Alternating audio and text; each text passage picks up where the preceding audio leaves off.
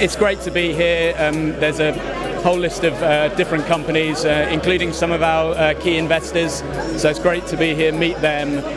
Also listen to some of the other businesses talk about the challenges they're facing and the opportunities that they have. I think it's exciting. It's not comparable to the fintech scene in London, but it's growing and there are some very interesting players, and it's a very much can-do mentality, the same as in the UK. We see alternative credit as a defensive asset class in uncertain times. And in Europe, if you want to have exposure to the real economy, you need to get into private asset classes.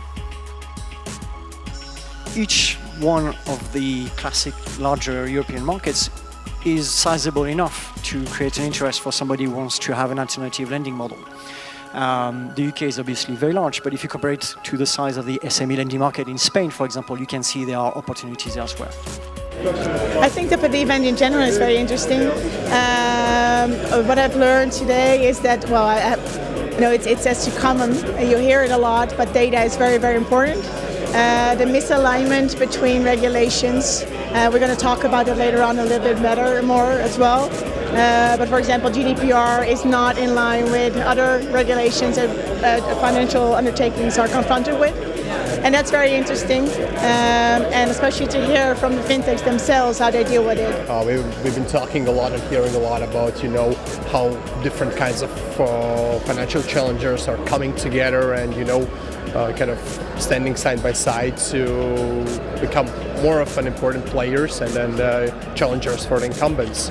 We've seen that in more mature markets such as the United States and the United Kingdom, and we are really hoping we see more of the same in the Continental Europe and beyond as well. Creating value exchanges.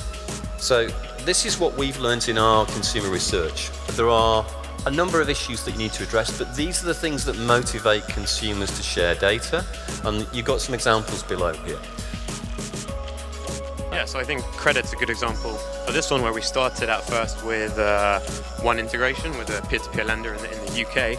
We're now widening up that product, so we'll have 5 or 6 different lenders bidding for those customers. Coming back to my initial point, as long as that doesn't create a disjointed, confusing journey for the customer, I don't see any issue in that, and actually it will generate the best value for the end consumer and also the best value for Revolut in terms of making sure we have a whole range of partners that can accept our differing customers.